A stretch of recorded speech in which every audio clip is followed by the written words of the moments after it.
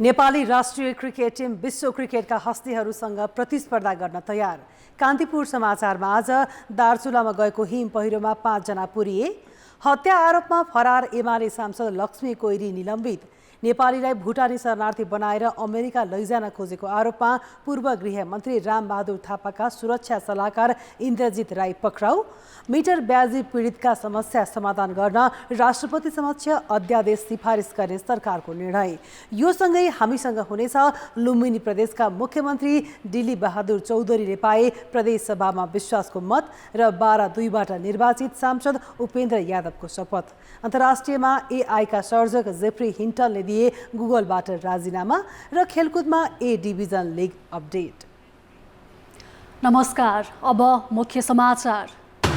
एक दिवसीय क्रिकेटमा नेपालको ऐतिहासिक फड्को। एसएससी प्रिमियर कपको फाइनलमा युएईलाई 7 विकेटले हराउँदै एसिया कपमा छनौट। भारत र पाकिस्तानसँग खेल्ने। चालु आर्थिक वर्षमा 1.86% मात्र आर्थिक वृद्धि हुने प्रक्षेपण। निर्माण, उद्योग र खुद्रा व्यापारको क्षेत्र कुम्चियो।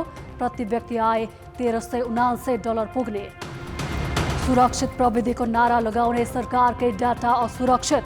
करिब 60वटा सरकारी कार्यालयका तथ्याङ्क सर्भरबाटै गायब। हेटौडाको ब्याकअप सेन्टर पनि पुनः सञ्चालनमा आउन सकेन। गृह मन्त्रालयको नेतृत्व राजनैतिक स्वार्थ र सरुवा बढुवामा मात्र केन्द्रित हुँदा गृह प्रशासन सुधारको कार्ययोजना वर्षौंदेखि अलपत्र। आन्तरिक सुरक्षा नीति प्राथमिकतामै परेन। र सुडानमा गृहयुद्ध सुरु भए यता 1 लाखभन्दा बढी नागरिक शरणार्थीका रूपमा पलायन भएको राष्ट्रसङ्घको तथ्याङ्क। करिब 1.5 लाख मानिस देशभित्रै विस्थापित। एसएससी मेन्स प्रिमियर कपको फाइनलमा नेपालले युएईलाई 7 विकेटले पराजित गर्दै इतिहास रचेको छ। यो जितसँगै नेपाल एसिया कपका लागि छनौट भएको छ। त्रिवे मैदान कीर्तिपुरमा हिजो सुरु भएको फाइनल खेल वर्षाले प्रभावित भएपछि आज खेलाइएको थियो। हिजो टस हारेर पहिले ब्याटिङमा आएको युएईले 27.3 ओभरमा 106 रन बनाउँदा 9 विकेट गुमाएको थियो। सो स्थितिबाट आज भएको खेलमा युएई 33.1 ओभरमा 117 रन बनाउँदै अल आउट भयो। जुनैद सिद्दिकी र कार्तिक मियापालले मात्रै 9 रनको साझेदारी गरे। ललित राजवंशीले सिद्दिकीलाई 33.1 ओभरमा आरिफ शेखको हातबाट आउट गराएका हुन्। ललितले 4 विकेट हात पारे। उत्कृष्ट बोलिङ गरेका उनले 7.1 ओभरमा 2 मेडेन राख्दै मात्र 14 रन खर्चिएका थिए। करण केसी र सन्दीप लामिछानेले 2-2 विकेट हात पारे। सोमपाल कामी र गुलसन झाले 1-1 विकेट हात पारे। जवाफी ब्याटिङमा उत्रिएको नेपालले 8 ओभरको समाप्तिमा सुरुवाती 3 विकेट गुमायो। ओपनर कुशल भुर्तेल दोस्रो ओभरमै मैदान बाहिरिए। रोहन मुस्तफाले उनलाई एलबीडब्ल्यू आउट गरेका हुन्। 6.1 ओभरमा अर्का ओपनर आसिफ शेख पनि आयन खानको बलमा एलबीडब्ल्यू आउट भए। 7 ओभरको समाप्तिमा कप्तान रोहित पौड्याल मुस्तफाको बलमा बोल्ड भए। त्यसपछि आएका गुलसन झा र भीम सार्कीले 96 रनको अविजित साझेदारी गर्ने टिमलाई जिताएका हुन्। गुलसनले 84 बलमा 67 रन प्रहार गरे। उनले 3 चौका र 6 छक्का प्रहार गरे। भीमले 4 चौकाको मद्दतमा 36 रन बनाए। यो जितसँगै नेपाल आगामी सेप्टेम्बरमा पाकिस्तानमा हुने एसिया कपका लागि छनौट भएको छ। समूह एमा पाकिस्तान, भारत र नेपाल छन्। समूह बीमा श्रीलङ्का, बङ्गलादेश र अफगानिस्तान छन्। एसिया कप खेल्ने नेपाली राष्ट्रिय क्रिकेट टिमले सन् 1996देखि देखेको सपना 2023मा आएर पुरा भएको छ। सँगै क्रिकेट सुरुवात गरेका कतिपय टिम पछाडि नै रहे पनि केही भने धेरै अगाडि पुगे। सीमित स्रोत साधन र अनिश्चित भविष्यका बीच खेलाडीले गरेको मेहनत र आत्मविश्वासका कारण यो सफलता मिलेको हो। 25,000 भन्दा बढी समर्थक माझ एसएससी मेन्स प्रिमियर कपको फाइनलमा युएईलाई 7 विकेटले हराउँदै इतिहास रचेको नेपालले अब विश्व क्रिकेटको अग्रपङ्क्तिमा रहेका भारत र पाकिस्तानसँग खेल्नेछ। लगातार 2 दिनको प्रतीक्षापछि नेपाल सेप्टेम्बरमा पाकिस्तानमा आयोजना हुने एसिया कपका लागि छनौट भएको छ। सोमबार वर्षाका कारण खेल पूरा हुन पाएन। त्यसैले खुसियाली मनाउन समर्थकले थप 1 दिन कुर्नु पर्यो। पहिलो दिन नै वर्षाले खेल रोकिनु अघि युएईलाई कमजोर अवस्थामा पुर्याएको नेपाललाई दोस्रो दिन मौसमले पनि साथ दियो। ललित राजवंशीले युएईको अन्तिम विकेटका रूपमा जुनेद सिद्दिकीलाई आउट गरेपछि नेपालले जितका लागि 118 रनको लक्ष्य पायो। जवाफमा नेपाली टिमको स्कोर 22 रन हुँदा कुशल भुर्तेल, आसिफ शेख र कप्तान रोहित पौडेल गुमाएपछि टियु मैदान केही बेर शान्त बन्यो। प्रशिक्षक मोन्टी देसाईले गुलसन झालाई पठाए। दिपेन्द्र सिंह ऐरीलाई बेन्चमा राख्दै प्लेइङ 11मा राख्ने मोन्टीको निर्णय तब सही साबित भयो जब गुलसनले अभिजित 67 रन प्रहार गर्दै विजयी इनिङ्स खेले। उनले भीम सार्कीसँग चौथो विकेटका लागि 96 रनको साझेदारी गरे। 30.3 ओभरमा अफजल खानको बलमा 1 रन जोड्दै गुलसनले टिमलाई जित दिलाए। लिग 2 को अन्तिम खेलमा युएईलाई पराजित गर्दा पनि गुलसनको प्रदर्शन महत्त्वपूर्ण थियो। हामीलाई थाहा थियो कि उताबाट लेफ्ट आर्म स्पिनर आउँछ भनेर हैन, अनि लेफ्ट आर्म स्पिनर राम्रो पनि गरिरहेको थियो। सो त्यही थट प्रोसेस थियो कि लेफ्ट आर्म स्पिनरलाई ट्याकल गर्छ र मलाई के फिल हुन्छ एकदम आज एकदमै राम्रो इनिङ खेल्यो होइन गुलसनले। One of the best inning मेरो आइसमा थियो। अब ब्याट बल त ब्याट बल नै हो। अब जस्तो सिचुएसन भयो भने अब म त्यही गरिरहेको थिएँ। सरले भन्नुभयो थियो आफ्नो स्ट्रेन्थमा खेल्यो, मेरो स्ट्रेन्थ त्यही अब पाएको बल हान्ने त्यही म गरिरहेको थिएँ। यही प्रतियोगितामा सन्दीप लामिछानेले ओडिआईमा सर्वाधिक छिटो 42 खेलमा 100 विकेट लिने खेलाडीको विश्व कीर्तिमान बनाए। कुशल मल्लले करियरकै पहिलो शतक पूरा गरे। So for me, if I'm visualizing and if I'm imagining right now a team playing against two big nations like India and Pakistan, the only thing which I want to enjoy from the dressing room along with them is how much they are present to those one-ball battles. And at least they present their best skills which they know at the moment, their strengths. And if we are able to compete and if we are able to put up a good show in that match, hopefully we'll earn enough respect from these full member teams to get some of those bilateral series which you're looking for. एउटा phase पार गरेर अर्को फेजको एउटा beginning छ जुन चाहिँ हामी probably जहाँबाट हामी फर्केर फेरि हेर्न चाहन्नौँ, जहाँबाट हामी नेक्स्ट टर्ममा पुगेको आफूलाई हेर्न चाहन्छौँ सधैँभरिलाई। र एउटा लर्निङ हाम्रो लागि राम्रो हुनेछ कसरी टप टिम्सहरूले आफूलाई प्रिपेयर गर्छ, कसरी हामी उहाँहरूबाट नलेजहरू चाहिँ गेन गर्न सक्छौँ। सन् 2002मा एसिया कपका लागि छनौट भए पनि नेपालले भारत पाकिस्तानको युद्धका कारण खेल्न पाएन। 21 वर्षपछि नेपाल पहिलो पटक एसिया कप खेल्दैछ। 2 महिनाको अन्तरालमा नेपालले हात पारेको यो तेस्रो ऐतिहासिक उपलब्धि हो। सानदेखि नै अब जस्तो भनौँ न इन्डियाको गेम पाकिस्तानको गेम हेरिरहेको छौँ होइन, इन्डिया पाकिस्तानसँग खेल्न भनेको पनि ठुलो अपर्च्युनिटी हाम्रो लागि।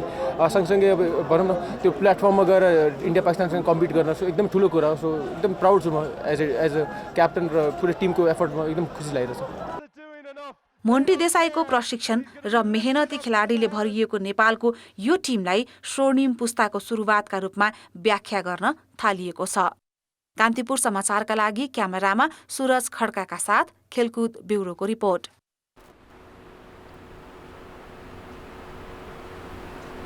एसिसी मेन्स प्रिमियर कप सम्बन्धी थप सामग्री खेल समाचारमा प्रसारण गर्नेछौँ। अब बाँकी समाचार। दार्चुलाको ब्यास गाउँपालिका 1 भूमिमा आज दिउँसो गएको हिम पहिरोमा 5 जना पुरिएका छन्। हिम पहिरोमा यार्सा गुम्बा टिप्न गएका कैलाली बुडरका 3 जना र दार्चुला दुहु गाउँपालिकाका 2 जना परेको जिल्ला प्रहरी कार्यालय दार्चुलाले जनाएको छ। पुरिनेमा 4 महिला र 1 जना पुरुष छन्। एउटै पालमा बस्दै आएका 12 जना मध्ये 7 जना भने सकुशल रहेको प्रहरीको भनाइ छ। घटनास्थलमा सीतापुल प्रहरी चौकी र छाङ्ग्रुबाट सशस्त्र प्रहरी बलको 50 नम्बर गुल्मबाट डिएसपीको कमान्डमा 30 जनाको टोली खटिएको छ। यसैबीच बझाङमा हिम पहिरोमा परेर सुरमा गाउँपालिका 1 देवडीकी 33 वर्षीय झल्ला देवी बोहरा बेपत्ता भएकी छन्। यार्सा गुम्बा सङ्कलनका लागि पार्थी हिमाल पुगेकी उनी फर्कने क्रममा हिम पहिरोमा परेर बेपत्ता भएको जिल्ला प्रहरी कार्यालय बझाङका प्रहरी प्रमुख नायब उपरीक्षक जागेश्वर भण्डारीले जानकारी दिए। सरकारले चालु आर्थिक वर्ष कुल गृहस्थ उत्पादनमा 8% को वृद्धिको लक्ष्य लिए पनि राष्ट्रिय तथ्याङ्क कार्यालयले 1.86% सीमित रहने प्रक्षेपण गरेको छ। निर्माण, उद्योग र खुला व्यापारको क्षेत्र खुम्चिँदा सरकारले अनुमान गरे भन्दा निकै कम आर्थिक वृद्धि हुने देखिएको हो। विश्व बैंकले 4.1% वृद्धि हुने जनाएको छ। राष्ट्रिय तथ्याङ्क कार्यालयले आज पत्रकार सम्मेलन गर्दै अर्थतन्त्रको आकार 53 खर्ब 81 अर्ब पुग्ने अनुमान गरेको छ। गत वर्ष 48 खर्ब 51 अर्ब वृद्धि हुने अनुमान थियो। गत 8 महिनाको विभिन्न सरकारी निकायहरूले प्रकाशित गरेको तथ्याङ्क र 4 महिनाको आकलनका आधारमा तथ्याङ्क कार्यालयले वृद्धि दर निकालेको हो। यो वर्ष कृषि क्षेत्रको योगदान 24.12% रहने अनुमान छ। धान लगायत वर्षे बालीको उत्पादन वृद्धि भए पनि हिउँदे बालीसँगै दूध, अण्डा तथा मासुको उत्पादनमा भएको कमीले आर्थिक वृद्धि दर खुम्चने देखिएको हो। उद्योगको योगदान 5.32% रहेको छ, तर गत आर्थिक वर्षको तुलनामा कुल मूल्य अभिवृद्धि दर भने 2.04%ले घट्ने अनुमान छ। निर्माण क्षेत्रले कुल गृहस्थ उत्पादनमा 5.52% योगदान दिएको प्रारम्भिक अनुमान छ, तर यसको पनि कुल मूल्य अभिवृद्धि दर 2.62%ले ऋणात्मक रहनेछ।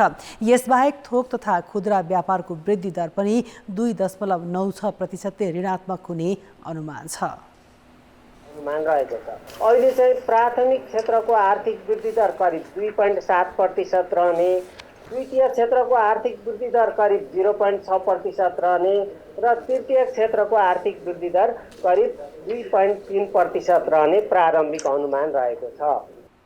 तथ्याङ्क कार्यालयले आगामी वर्ष प्रति व्यक्ति आय $1379 अमेरिकी डलर अर्थात् 1,82,683 रुपैयाँ पुग्ने अनुमान गरेको छ। गत वर्ष नेपालीको प्रति व्यक्ति आय 1,69,038 रुपैयाँ थियो। भूकम्प र कोरोना महामारी बाहेकका पछिल्ला 12 वर्षको आर्थिक वृद्धिको तथ्याङ्क हेर्दा यो न्यून वृद्धि हो। भूकम्प गएको वर्ष 2072 सालमा 0.43% मात्रै वृद्धि भएको थियो। कोरोना महामारी का बेला आर्थिक वृद्धि 2076-77 मा 2.37% आर्थिक वृद्धि ऋणात्मक थियो। कुल गृहस्थ उत्पादनमा भएको वृद्धिलाई आर्थिक वृद्धिका रूपमा चित्रण गर्ने गरिन्छ। कतिपयलाई थाहा नहुन सक्छ कुल गृहस्थ उत्पादन र आर्थिक वृद्धि भनेको के हो। देशभित्र एक निश्चित अवधिमा उत्पादन भएको वस्तु तथा सेवाको बजार मूल्यको समग्र हिसाब नै कुल गृहस्थ उत्पादन हो। वर्षभरि उत्पादित अन्न, तरकारी, फलफूल, माछा, मासु, औद्योगिक उत्पादन, सरकारको लगानी र खर्चसँगै निजी क्षेत्रले गरेको लगानी समेत यसमा जोडिन्छ। कुल गृहस्थ उत्पादन वृद्धि दर विभिन्न 18 वटा क्षेत्रमा बाँडेर मापन गरिन्छ। कुल गृहस्थ उत्पादनमा कृषि क्षेत्रको योगदान 24% छ। त्यस्तै उद्योगको 5.32, निर्माणको 5.52, शिक्षाको 8.22, वित्त तथा बीमा क्षेत्रको 7.37% योगदान छ। नेपाली नागरिकले विदेशमा गएर कमाएको रकम कुल राष्ट्रिय आय अर्थात् जीएनआईमा पर्छ। यो मुलुकभित्रै काम गरेर कमाएको नहुँदा कुल गृहस्थ उत्पादनमा पर्दैन। तर विदेशी नागरिकले नेपालमा आएर काम गरी कमाएको भने कुल गृहस्थ उत्पादनमा समेटिन्छ। सरकारले चालु आर्थिक वर्षका लागि 8% को आर्थिक वृद्धिको लक्ष्य राखे पनि विश्व बैंकले 4.1% हुने अनुमान गरेको छ। दक्षिण एसियाली मुलुक भारतको 6.3, मालदिप्सको 6.6, बङ्गलादेशको 5.2, भुटानको 4.5, पाकिस्तानको 0.4 ले आर्थिक वृद्धि हुने, तर श्रीलङ्काको 4.3% ले घट्ने अनुमान छ। समग्र दक्षिण एसियाको वृद्धि यो वर्ष 5.6% रहने विश्व बैंकको अनुमान छ। गृह मन्त्रालयको कार्यभार सम्हाल्ने बित्तिकै हरेक गृह मन्त्रीले गृह प्रशासन सुधार कार्ययोजना ल्याउँछन्। अघिल्ला मन्त्रीले ल्याएका भन्दा अझ धेरै बुदाका कार्ययोजना ल्याउने प्रतिस्पर्धा जस्तै चल्ने गरेको छ। तर गृहमन्त्रीहरू कार्ययोजना कार्यान्वयनमा भन्दा सरुवा बढुवामा मात्रै केन्द्रित हुने गरेका छन्। यहाँसम्म कि मुलुकको सुरक्षामा महत्त्वपूर्ण मानिने आन्तरिक सुरक्षा नीति बनाउन समेत कसैले चासो दिएका छैनन्। 2074 सालमा झण्डै 2/3 बहुमत सहित बनेको सरकारमा गृहमन्त्री थिए रामबहादुर थापा। गृहको नेतृत्व सम्हाले लगतै उनले गृह प्रशासन सुधारका लागि 82 बुँदे कार्ययोजना ल्याए, जसलाई 1 देखि 2 वर्षभित्र सम्पन्न गर्ने बताइएको थियो। तर ती योजना कार्यान्वयन त गरेनन् नै। मुलुककै प्रमुख प्रशासनिक केन्द्र सिंहदरबारको सुरक्षाका लागि आधुनिक उपकरण राख्ने काम समेत पूरा भएन।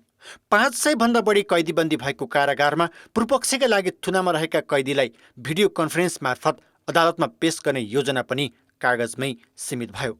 3 वर्षभन्दा लामो समय गृहमा बसेका थापाले सरुवा बडुवा बाहेक अरू कामै नगरी कार्यकाल सके। थापापछि आएका बालकृष्ण खाँडले पनि गृह प्रशासन सुधार कार्ययोजना 2078 ल्याए। सीमा नाकामा सवारी एक्सरे मेसिनदेखि विशेष कार्ययोजनासम्मका बुँदा थपेर 206 पुर्याइयो। 1.5 वर्ष गृह मन्त्री हुँदा उनले पनि अधिकृतका लागि दरबन्दी थप्ने बाहेक केही गरेनन्। पहिले गर्नुपर्ने कामहरूको लागि प्राथमिकता निर्धारण पहिलो विषय हो र त्यो प्राथमिकताको निर्धारण गरिसकेपछि त्यो प्राथमिकता निर्धारण गरिएका विषयहरूलाई सुल्झाउने र गर्ने सवालमा जुनसुकै मन्त्री आए पनि, जुनसुकै पार्टीको सरकार आए पनि त्यस दिन निरन्तरता पाउनुपर्छ। हाम्रो गृह मन्त्रालयले तपाईँले जसरी भन्नुभयो कि एकजना मन्त्री आएपछि एक खालको कार्यनीति लिएर आयो, एक खालको कार्ययोजना लिएर आयो, अर्को आएपछि अर्को लिएर आयो, त्यो होइन तरिका, त्यो होइन काम गर्ने तरिका। 32 दिन गृह मन्त्रालय सम्हाल्ने अवसर पाएका रवि लामिछानेले त योजना समेत ल्याएनन्। आन्तरिक सुरक्षा संवेदनशील गृह मन्त्रालयको नेतृत्व लिए पनि मुलुकको सुरक्षा अवस्थाबारे जानकारी लिन समेत लामिछानेले रुचि देखाएनन्। अहिले गृहको नेतृत्वमा आएका नारायण काजी श्रेष्ठले पनि पत्रकार सम्मेलन गरेरै आफ्ना योजना सुनाउन भ्याइसकेका छन्।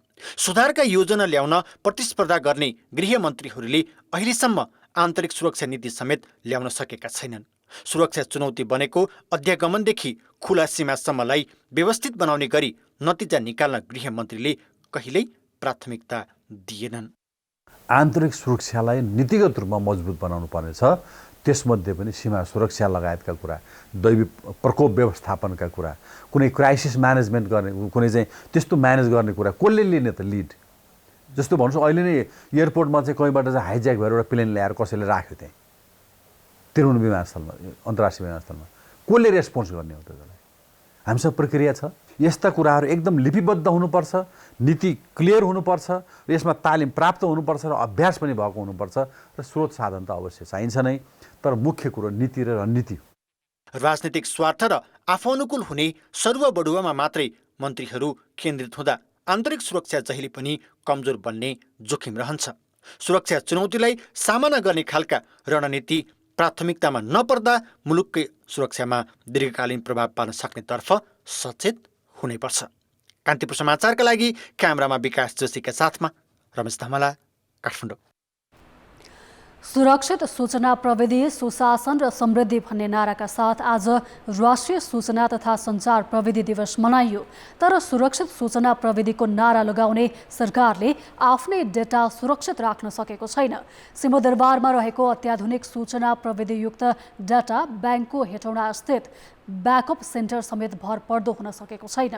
सूचना प्रविधिको आजको चरम प्रतिस्पर्धात्मक युगमा पनि देशको महत्त्वपूर्ण डेटा सेन्टर चलाउने राष्ट्रिय सूचना प्रविधि केन्द्र स्वयं व्यवस्थित छैन, न त सरकार नै चनाखो देखिन्छ।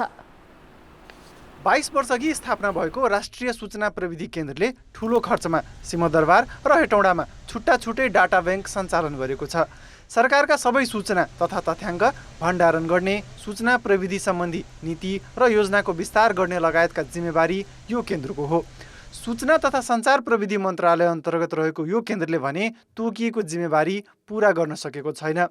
केन्द्रको डाटा ब्याङ्कमा माघ 14 गते साइबर आक्रमण भयो र सरकारी वेबसाइटहरू 4 घण्टासम्म खुलेनन्। अध्यागमन कार्यालयको वेबसाइट नखुल्दा त्रिभुवन विमानस्थलमा अन्तर्राष्ट्रिय उडान नै प्रभावित भए। केही समयअघि संसद सचिवालयले संविधान सभादेखिको वर्षौंको भिडियो, प्रतिवेदन लगायतका सामग्री केन्द्रको लापरवाहीले हराएको भन्यो। अहिले लोकसेवा आयोगका दस्तावेज नै केन्द्रको स्टोरेजबाट हराएको छ। झन्डै 60वटा सरकारी कार्यालय र निकायका डाटाहरू सरकारी सर्भरबाट गायब भएका छन्। सेक्युरिटी ह्यान्डल गर्ने छुट्टै टिम छैन, सिस्टम ह्यान्डल गर्ने छुट्टै टिम छैन, ब्याकअपको लागि स्टोरेजको ह्यान्डल गर्नको लागि छुट्टै टिम छैन। एउटै टिमले चाहिँ मल्टिपल काम गरेर हुन्छ। त्यो भएको भएर हामीलाई जनशक्ति त यहाँ पनि एकदमै आवश्यक छ। अहिलेको भन्दा हामीलाई कम्तीमा पनि 3 गुणा बढी जनशक्ति आवश्यक छ यहीँ पनि। सिंहदरबारमा रहेको डाटा ब्याङ्कको backup disaster recovery centre DRC हेटौडामा छ।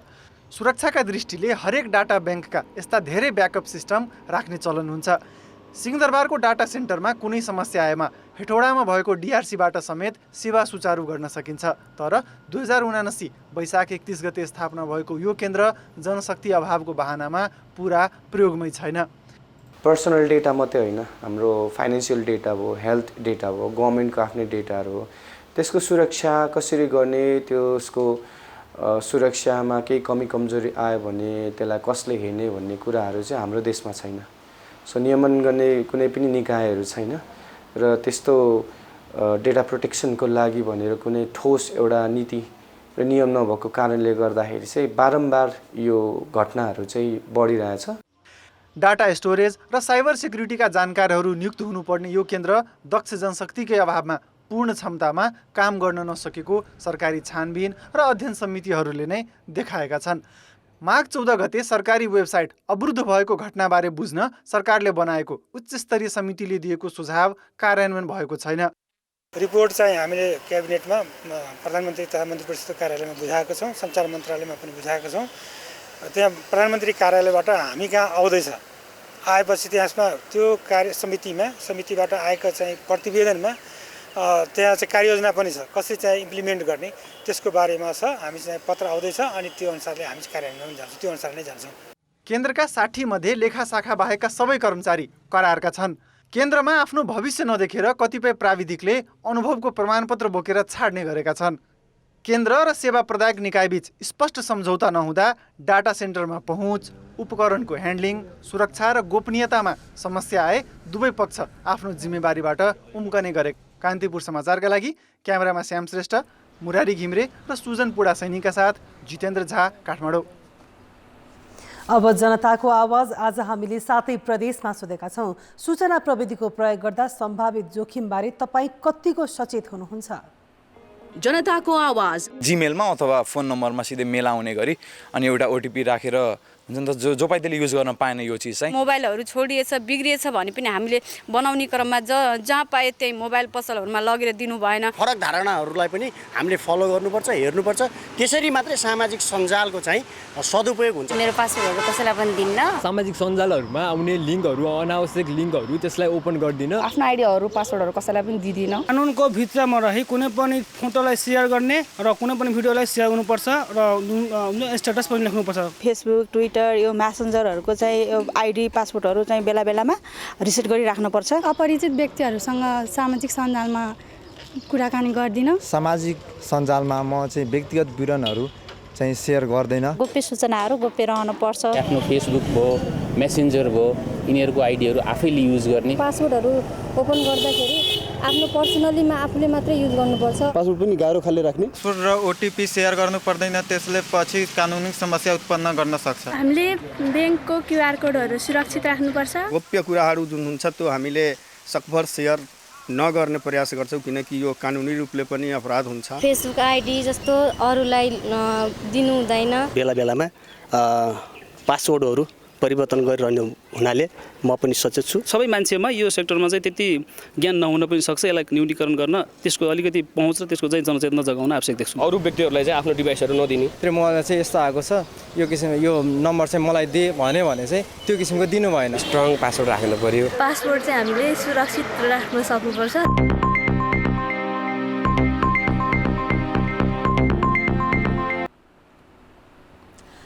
सरकारले मिटर ब्याजी पीडितका समस्या कानुनी रूपमै समाधान गर्ने अध्यादेश राष्ट्रपति समक्ष सिफारिस गर्ने निर्णय गरेको छ। सिंहदरबारमा आज बसेको मन्त्री परिषद बैठकले राष्ट्रपति रामचन्द्र पौडेल समक्ष मिटर ब्याजी पीडितका समस्या समाधान गर्न अध्यादेश पठाउने निर्णय गरेको हो। सरकारले पीडितका माग छिटो सम्बोधन गर्ने भन्दै अध्यादेश मार्फत कानुन ल्याउनु परेको जनाएको छ।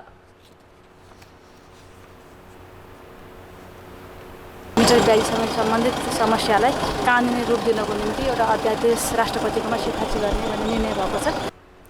सरकार र मिटर ब्याजी पीडित बीच चैत 18 गते 5 बुँदे सहमति भएको थियो। त्यसैगरी मन्त्री परिषदमा रेशम चौधरी लगायतका कैदीबन्दीको रिहाईका लागि कानुनमा संशोधन गर्ने विषयमा छलफल भए पनि निर्णय नभएको भौतिक पूर्वाधार तथा यातायात मन्त्री प्रकाश ज्वालाले जानकारी दिए। सभामुख देवराज घिमिरेले हत्या आरोपमा फरार एमालेका सांसद लक्ष्मी महतो कोइरीलाई निलम्बन गरेका छन्। प्रहरीले फरार सांसद कोइरीलाई पक्राउका लागि सहयोग गर्न दोस्रो पटक पत्र पठाएपछि सभामुख घिमिरेले निलम्बन गरेका हुन्। सभामुखको सचिवालयले कोइरीलाई संसद नियमावली अनुसार पदबाट निलम्बन गरिएको जनाएको छ। संसद अधिवेशन अन्त्य भएको र अर्को अधिवेशन आह्वान नभइसकेकाले सभामुखले कोइरीलाई निलम्बनको सूचना संसद सचिवालयको पार्टीमा टाँसेका छन्। प्रतिनिधि सभा नियमावलीमा पूर्वपक्षका लागि थुनामा बस्नुपर्ने सांसद फरार रहे स्वतः निलम्बन हुने व्यवस्था छ। कोइरीलाई 7 वर्ष अघि महोत्तरीमा नेपाल प्रहरीका सहित थमन विश्वकर्माको हत्या आरोपमा जनकपुर उच्च अदालतले पक्राउ गर्न आदेश दिएको थियो। प्रतिनिधि सभा बैठकमा बिना सूचना लगातार 10 पटक अनुपस्थित भए सांसद पद नै खारेज हुने संवैधानिक व्यवस्था छ। कोइरी लगातार 23 वटा बैठकमा अनुपस्थित छन्। नेपालीलाई भुटानी शरणार्थी बनाएर अमेरिका लैजान खोजेको आरोपमा पूर्व गृहमन्त्री रामबहादुर थापाका सुरक्षा सल्लाहकार इन्द्रजित राईलाई प्रहरीले पक्राउ गरेको छ। राईलाई ललितपुरको ठेचोबाट पक्राउ गरिएको जिल्ला प्रहरी परिसर काठमाडौँका प्रमुख एसएसपी दानबहादुर कार्कीले जानकारी दिएका छन्। भुटानी शरणार्थी समस्या समाधानका लागि बनेको बालकृष्ण पन्थी नेतृत्वको समितिले बुझाएको सूचीमा 429 जना नक्कली व्यक्ति राखिएको खुलेपछि राई पनि अनुसन्धानमा तानिएका हुन्। नवनिर्वाचित सांसद उपेन्द्र यादवले पद तथा गोपनीयताको शपथ लिएका छन्। वैशाख 10 गते भएको उपनिर्वाचनमा 12-2बाट निर्वाचित भएका यादवलाई आज सभामुख देवराज घिमिरेले सांसद पदको शपथ खुवाएका हुन्। शपथपछि यादवले आर्थिक विकास र समृद्धिका लागि स्थिर सरकार आवश्यक रहेको बताए। समृद्धिका लागि सरकारको स्थिरता आवश्यक छ र सरकारलाई स्थिरता दिनु। वैशाख 10 भएको उपचुनावमा चितवन 2 र तनहुँ 1बाट निर्वाचित सांसद रवि लामिछाने र स्वर्णिम वाग्लेले भने 15 गते नै शपथ लिएका थिए। तत्काल प्रधान न्यायाधीशको नियुक्ति हुनुपर्ने र अदालतमा मुद्दाको पेशी व्यवस्थापन स्वचालित प्रणालीबाट गरिनुपर्ने माग गर्दै नेपाल बार एसोसिएसन आन्दोलनमा छ। स्वचालित पेशी प्रणाली लागू गर्ने विषय नौलो होइन, तर कार्यान्वयनमा न्यायपालिकाको नेतृत्वले इच्छा देखाएको छैन। यो प्रणाली लागू गर्न आवश्यक कानुनी र संरचनागत विकासका लागि सर्वोच्चका सबै न्यायाधीश सम्मिलित फुलकोर्टले नै निर्णय गरेको छैन। अदालत नेतृत्वको तजविजीबाट नभई कम्प्युटरका माध्यमबाट मुद्दाको पेशी चढाउने स्वचालित प्रणाली लागू गरिएको छैन। सर्वोच्च अदालतमा स्वचालित पेशी व्यवस्थापन प्रणालीका विषय 5 वर्ष अघि नै तयार गरेको प्रतिवेदनमा यस्तो प्रणाली लागू गर्ने भनिएको थियो। त्यस्तै न्यायपालिका सुधार सम्बन्धी अर्को समितिले 2078 फागुनमा स्वचालित पेशी व्यवस्थापनबारे अध्ययन गरेको थियो। त्यसअघि 2078 साउन 14 गते नै न्यायाधीश हरिकृष्ण कार्की नेतृत्वमा न्यायपालिकामा हुने विकृति विसङ्गति अध्ययन गर्न गठित समितिले पेशी व्यवस्थापनमा तत्काल गोला प्रथा र भ्रष्टाचारको दीर्घकालीन समाधानका लागि अटोमेसनमा लैजानुपर्ने सुझाव सहितको प्रतिवेदन बुझाएको थियो। अहिले आफैले तयार पारेको प्रतिवेदन कार्यान्वयन गर्ने स्थानमा रहेका कायम मुकायम प्रधान न्यायाधीश कार्कीले प्रतिवेदन फुल कोर्टमा लैजाने र कार्यविधि पास गर्नेतिर ध्यान दिएका छैनन्। के कस्तो किसिमको सुरक्षात्मक उपाय अपनाएर स्वचालित प्रणालीमा जाने भन्ने कुराहरूको बारेमा यो बार र बेन्चको प्रतिनिधित्वको समितिले त्यो प्रतिवेदन तयार पारेर दिइसकेको छ। तर त्यो प्रतिवेदनले दिएको सुझावहरूलाई सिरानमा राखेर एउटा सफ्टवेयर चाहिँ डेभलप गरेर त्यसलाई चाहिँ प्रयोगमा ल्याउनु पर्ने चाहिँ हो, तर त्यो काम चाहिँ अगाडि बढ्न सकिरहेको छैन। त्यसैमा हामीलाई दुःख छ। स्वचालित पेशी प्रणाली कार्यान्वयनमा लैजान नीतिगत प्रष्टता त चाहिन्छ नै, कार्यविधिगत व्यवस्थापन र प्राविधिक तयारी पनि गर्नुपर्छ। सबैभन्दा पहिले त सर्वोच्चको पूर्ण बैठकले नै यसको पहल कदमी लिनुपर्छ, तर अहिलेसम्म कानुनी बाटो नै खोलिएको छैन। पछि पनि भोलि अटोमेसनमा जाँदाखेरि दैनिक पेशी सूचीमा आउँदाखेरि हेर्न नमिल्ने न्यायाधीश पर्नुभयो भनेर त्यो क्रम सङ्ख्या तलमाथि गर्न त पाइँदैन। भनेपछि यो किसिमको कामहरूलाई सुरुमा साप्ताहिक निर्माणको क्रमदेखि पेशी व्यवस्थापनका दैनिक पेशी सूची निष्कासनसम्मलाई चाहिँ यसले चाहिँ प्रभाव पार्ने भएको हुनाले नीतिगत रूपमा हामीलाई चाहिँ प्रष्टता चाहिँ जरुरी छ। त्यसपछि बल्ल हाम्रो कार्यविधिगत र प्राविधिक पक्षहरू जनशक्तिलाई परिचालन गर्ने कुराहरू सँगसँगै हुनसक्छ। स्वचालित पेशी प्रणाली लागू भएमा अदालतमा पारदर्शिता र जवाफदेहिताको वृद्धि हुन्छ। न्यायपालिकालाई स्वतन्त्र, निष्पक्ष र प्रभावकारी बनाउन कसैको पनि फरक मत हुँदैन। तर व्यवहारिक कार्यान्वयनमा सर्वोच्च अदालतले नै तदारुकता देखाएको छैन। कान्तिपुर समाचारका लागि क्यामेरामा राजेन्द्र महर्जनका साथ सुबिन्द्र श्रेष्ठ, काठमाडौँ। अर्थ र विकास। वर्षायाममा बाढी र पहिरोले क्षति हुने राष्ट्रिय राजमार्ग नियमित सञ्चालनका लागि सडक विभागले अस्थायी युनिट स्थापना गर्ने भएको छ। विभागले जोखिमपूर्ण मानिएका राजमार्ग क्षेत्रमा युनिट स्थापना गर्न लागेको हो। यो युनिटमा डोजर, लोडर सहितका उपकरण र प्राविधिक रहनेछन्। सामान्य पहिरो जाँदा समेत अवरोध हटाउन ढिला हुने गरेको आलोचनापछि विभागले वर्षाअघि नै युनिट राख्न लागेको हो। यो हाम्रो अब केही ठाउँहरू अरण्यको हाइवेमा छन्, हाम्रो प्रायोरिटीवाला होइन, अरण्यको हाइवे भयो, त्यसपछि पृथ्वी राजमार्ग भयो, अनिखेर मुगलिन नारायणघाट खण्ड भयो होइन, त्यसपछि सिद्धार्थ राजमार्ग, त्यसपछि यो गल्छी त्रिशुली स्याफ्रुबेसी मार्ग, अनि त्यसपछि मेची राजमार्ग, कोशी राजमार्ग, त्यसपछि आएर यता महाकाली राजमार्ग, कर्णाली राजमार्ग, यो विभिन्न जस अब किनभने सडक विभागको आफ्नो जिम्मेवारीमा चाहिँ अब अहिले हाइवेहरू हेर्ने भन्ने चाहिँ सडक विभागले सबै भनेपछि मेन हाइवेहरूमा जहाँ हामीले चाहिँ राख्दाखेरि उपयुक्त हुने देखाएको छौँ। त्यो गर्दाखेरि 118वटा इक्विपमेन्ट चाहिँ हाम्रो त्यसरी साइटमा बस्छ। यो वर्ष 118वटा अस्थायी युनिट सञ्चालन हुँदैछन्। सडक विभाग मातहतमा 8वटा हेभी डिभिजन कार्यालय छन्। त्यस्तै 30 डिभिजन कार्यालयसँगको समन्वयमा राजमार्गको अवरोध पन्छाइनेछ। सवारी आवत जावत बढी हुने राष्ट्रिय राजमार्गमा आधा घण्टाभित्रै कर्मचारी खटिने गरी व्यवस्था मिलाइने विभागले जनाएको छ। अब अन्तर्राष्ट्रिय समाचार। सुडानमा सेना र अर्धसैनिक बल RSF बीच भिडन्त सुरु भए यता 1 लाखभन्दा बढी शरणार्थीका रूपमा छिमेकी देशमा पलायन भएको संयुक्त राष्ट्रसङ्घले जनाएको छ। यसका साथै 3,34,000 मानिस देशभित्रै विस्थापित भएको राष्ट्रसङ्घको भनाइ छ। राष्ट्रसङ्घीय अधिकारीहरूले दुई सैनिक बलबीचको लडाईँ नरोकिए सुडान चौतर्फी मानवीय विपत्तिमा फस्ने चेतावनी दिएका छन्। आइतबार दुवै पक्षबीच युद्ध विरामको अवधि थप 3 दिन लम्ब्याउने सहमति भए पनि कायम हुन सकेको छैन। दुवै सैन्य बलबीच राजधानी खार्तुम र डार्फरमा भीषण भिडन्त भइरहेको समाचारमा जनाइएका छन्। यसैबीच सुडानका लागि राष्ट्रसङ्घीय विशेष दूत भोल्कर पर्थेसले विश्वसनीय र दिगो युद्ध विरामको सहमतिका लागि वार्तामा बस्न दुवै पक्षले सहमति जनाएको बताएका छन्।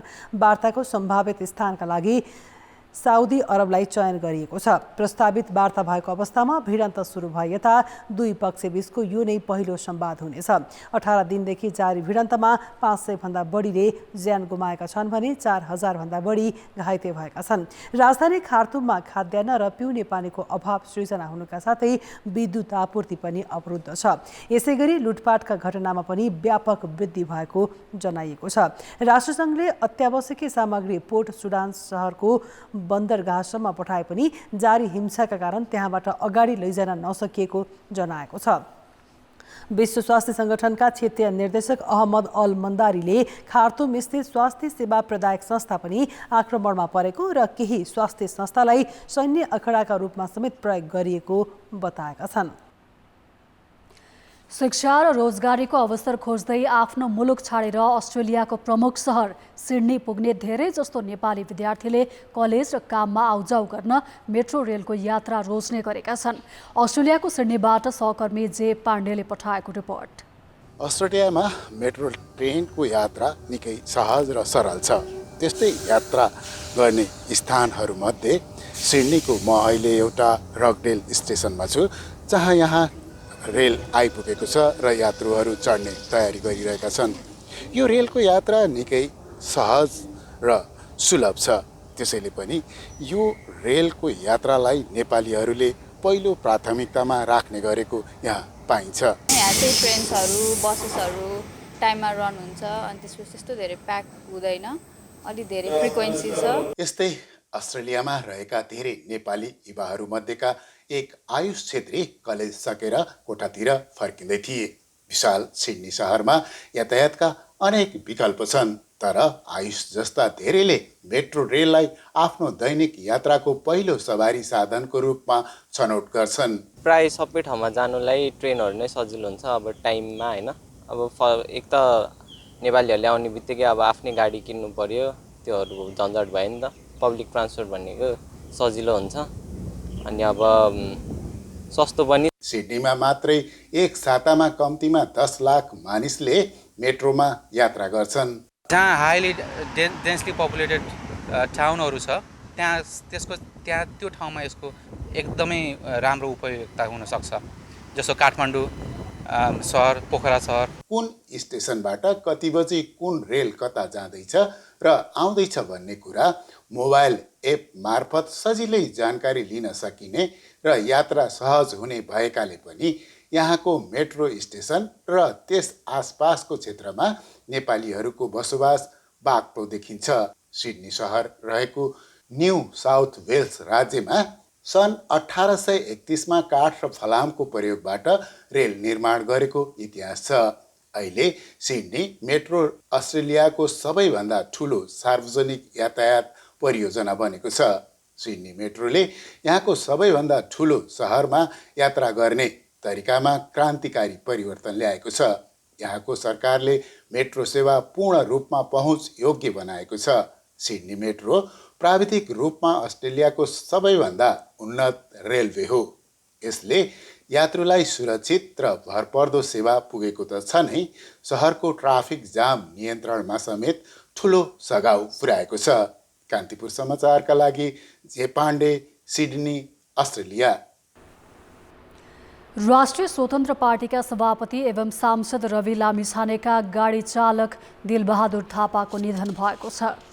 सिन्धुपाल्चोकका थापा चितवनमा घरको छतबाट लडेर घाइते भएका थिए। टाउकोमा चोट लागेर थप उपचारका लागि काठमाडौँ ल्याइएका थापाको उपचारकै क्रममा मेडिसिटी अस्पतालमा आज निधन भएको हो।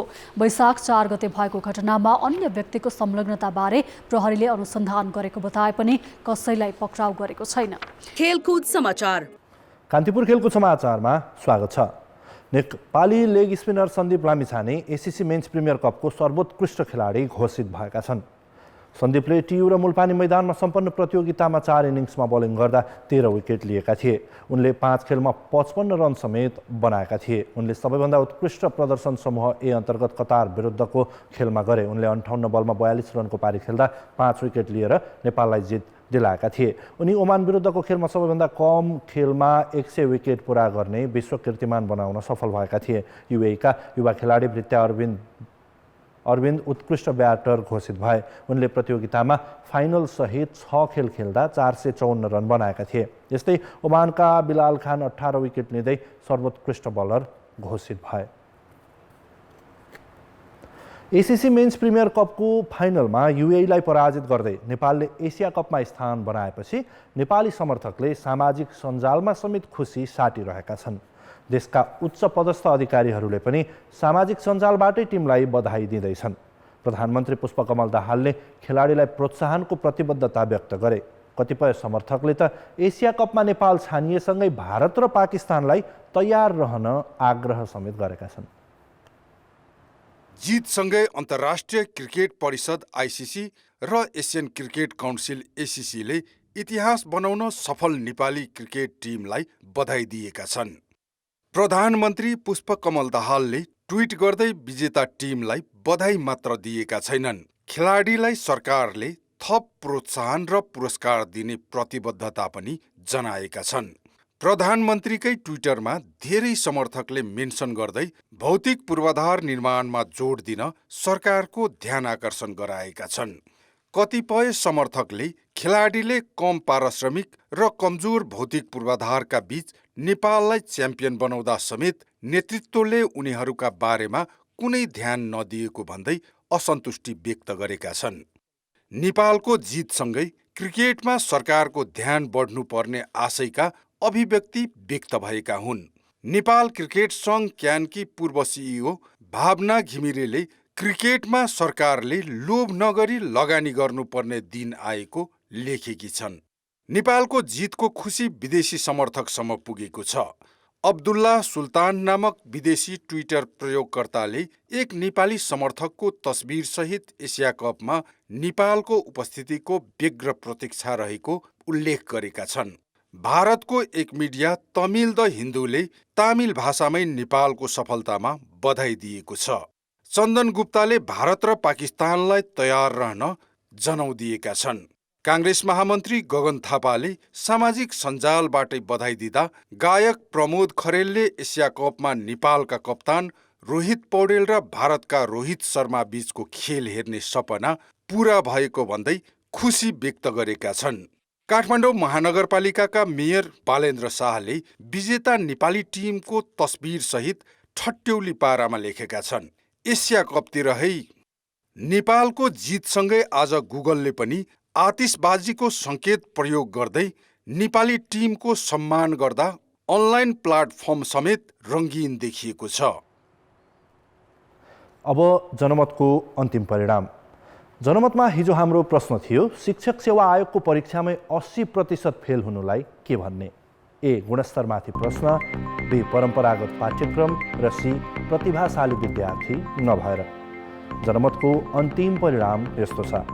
ए गुणस्तरमाथि प्रश्नमा 50%, बी परम्परागत पाठ्यक्रममा 27% र सी प्रतिभाशाली विद्यार्थी नभएरमा 23%। अब जनमतमा आजको प्रश्न। जनमतमा आज हाम्रो प्रश्न छ, नेपाली क्रिकेटलाई ठुला अन्तर्राष्ट्रिय प्रतियोगितामा प्रतिस्पर्धी बनाउन के गर्नु पर्ला? ए पूर्वाधारमा लगानी, बी खेलाडीलाई प्रोत्साहन र सी सरकारकै प्राथमिकता। जनमतको अन्तिम परिणाम साँझ 8 बजेको कान्तिपुर समाचारमा प्रसारण गर्नेछौँ। कृपया NEWS स्पेस AB वा सी टाइप गरी 34001मा SMS गरी आफ्नो मत व्यक्त गर्नुहोला। शहीद स्मारक ए डिभिजन लिगमा 3 स्टार क्लब खुमलटार युथ क्लबसँग 2-2 गोलको बराबरीमा रोकिएको छ। सुरुवाती अग्रता जोगाउन नसक्दा 3 स्टार अङ्क बाँड्न बाध्य भयो। च्यासल मैदानमा भएको खेलको चौथो मिनटमा नै 3 स्टारका लाकेन लिम्बुले गोल गरेका थिए। उनले आदित्य साक्यको हेडर पासमा गोल गरेका हुन्, तर 3 स्टारको अग्रता पहिलो हाफमै तोडियो। इन्जुरी समयमा खुमलटारका मिसुकी ओलाओमेउले फ्री किकमा गोल गर्दै खेल 1-1 को बराबरीमा पुर्याए। 50औं मिनटमा खुमलटारले अग्रता लियो। उसका लागि स्टेफन समीर बिनोङले गोल गरेका थिए। रोमाञ्चक र प्रतिस्पर्धात्मक खेलमा 3 स्टारले पेनाल्टीको मौका पायो। 68औं मिनटमा आदित्यले पेनाल्टीमा गोल गरेपछि 3 स्टार पुनः खेलमा फर्क्यो। खुमलटारका रेजिन सुब्बाले ह्यान्ड गरेपछि 3 स्टारले पेनाल्टी पाएको थियो। खेल सकिन 10 मिनट बाँकी हुँदा विराज महर्जनले 3 स्टारलाई जित दिलाउने अवसर पाएका थिए, तर सफल भएनन्। यो नतिजाले 3 स्टार शीर्ष स्थानको जाउला खेललाई पछि पार्न असफल भयो। जाउला खेलको 14 खेलबाट 24 अङ्क छ। दोस्रो स्थानको 3 स्टारको 23 अङ्क छ। अन्तिम स्थानमा रहेको खुमलटारको भने 14 अङ्क छ। विभागीय नेपाल पुलिस क्लबले शहीद स्मारक ए डिभिजन लिगको 14औं चरणपछि रेलिगेसन जोन छोडेको छ। शीर्ष स्थानको जाउला खेल युथ क्लबलाई 2-1 ले पराजित गर्दै पुलिस तालिकाको 10औं स्थानमा उक्लिएको हो। इन्फा कम्प्लेक्स साब्दो बाटोको खेल मैदानमा रेलिगेसन जोनको पुलिस विरुद्ध पराजित भएपछि जाउला खेलले शीर्ष स्थानमा अग्रता बढाउने मौका गुमाएको हो। खेलको 34औं मिनटमा मोसेसले गोल गर्दै पुलिसलाई अग्रता दिलाएका थिए। अजित भण्डारीको फ्री किकमा उनले हेडर गोल गरेका हुन्। 88औं मिनटमा मोहम्मद हिजाजीले पुलिसको अग्रता दोब्बर पारे। हिजाजीले भरत शाहको पासमा गोल गरेका हुन्। 89औं मिनटमा हिसुक थपलियाले गोल गर्दै जाउला खेलको अग्रता घटाए, तर त्यसपछि कुनै गोल नहुँदा शीर्ष स्थानको जाउला खेल पुलिससँग स्तब्ध भएको हो। पहिलो लेगमा जाउला खेलले पुलिसलाई 6-1 गोलले हराएको थियो। 14 खेलमा 15 अङ्क बनाएको पुलिस 4 स्थान सुधार गर्दै 10औं स्थानमा पुगेको हो। लिगमा खराब सुरुवात गरेको पुलिस 13औं चरणसम्म तालिकाको पुछारमा थियो। शीर्ष स्थानको जाउला खेलको भने 14 खेलमा 24 अङ्क छ। जाँदा जाँदै नेपाली राष्ट्रिय क्रिकेट टिमले एसिसी मेन्स प्रिमियर कपको उपाधि जितेपछि समर्थक र खेलाडीले मनाएको खुसियालीको रोचक दृश्य छोडेर जाँदैछौँ। कान्तिपुर टेलिभिजन हेर्दै गर्नुहोला। नमस्ते।